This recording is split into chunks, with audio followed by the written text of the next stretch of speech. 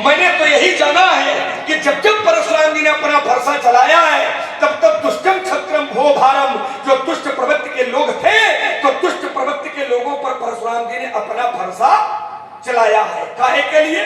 परोपकार के लिए, धर्म के लिए, लोगों के कल्याण के लिए, समाज कल्याण के लिए। दुष्टम छत्रम भो भारम, दुष्ट आतताइयों का विनाश किया है। लेकिन आज परशुराम जी का व्यवहार परोपकार से ओतप्रोत नहीं है। आज परशुराम जी का व्यवहार केवल अपने लिए है। यह हमें निर्णय ठीक नहीं लग रहा है। इस निर्णय पर एक बार पुनर्विचार करने की आवश्यकता है। स्वामी जी प्रणाम। प्रसन्न रहो बेटे। और महाराज जी सब कुशल मंगल? नहीं, बिल्कुल भी समाचार ठीक नहीं है। चलिए कोई बात नहीं, हम भगवान से प्रार्थना करते हैं कि जितने समाचार खराब हो गए हैं अब ऐसे ज्यादा समाचार आपके खराब न हो। क्यों न हो? क्योंकि जिस समय मैं अपने पक्ष की ओर ध्यान देता हूं तो मैं पाता हूं कि यहाँ कुशल सब भाग्य भलाई, मेरे पक्ष में सभी प्रकार की कुशलता है। लेकिन थोड़ी परमात्मा से चाहता हूं कि थोड़ी यहाँ कुशल राखे। महाराज जी क्रोध कर रहे हैं तो क्रोध का संचार, क्रोध का प्रादुर्भाव भी तभी होता है जब व्यक्ति के जीवन से कुशलता का पलायन होता है।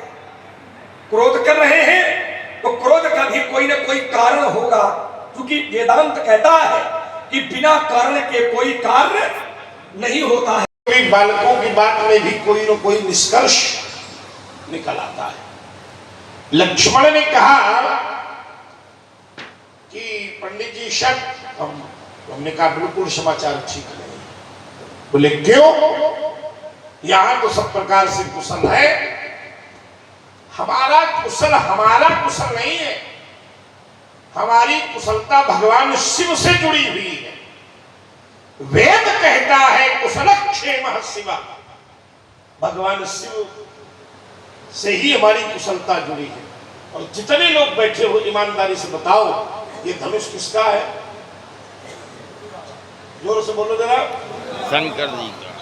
और धनुष टूट गया है और भोले बाबा से हमारी कुशलता है, शंकर जी का धनुष टूट गया है, तो क्या परशुराम के जीवन में कुशलता हो सकती है?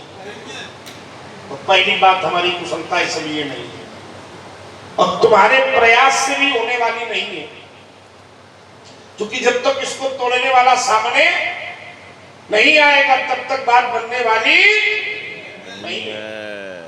चलो, तुमने एक और आरोप लगाया कि पंडित जी आज स्वतः के लिए ना, यहां भी हमारा विरोध स्वतः के लिए नहीं है।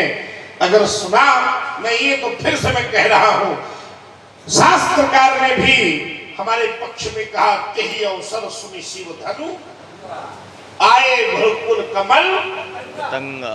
मैंने तुम्हारे भैया से भी कहा, सुनो राम जहि शिव धनु सहस बाहु शमशो रिपु।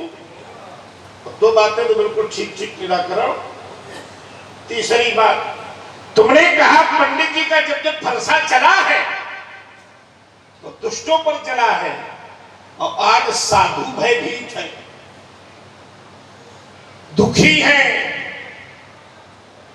एक बात मैं भागवत महापुराण के 10वें स्कंद से आपको दे रहा हूं, सुखाना कल्याण हो, सुखी रहा। सुनाओ, इनके लक्षण न सीखे हो, बहुत बढ़िया। लक्ष्मण का साथी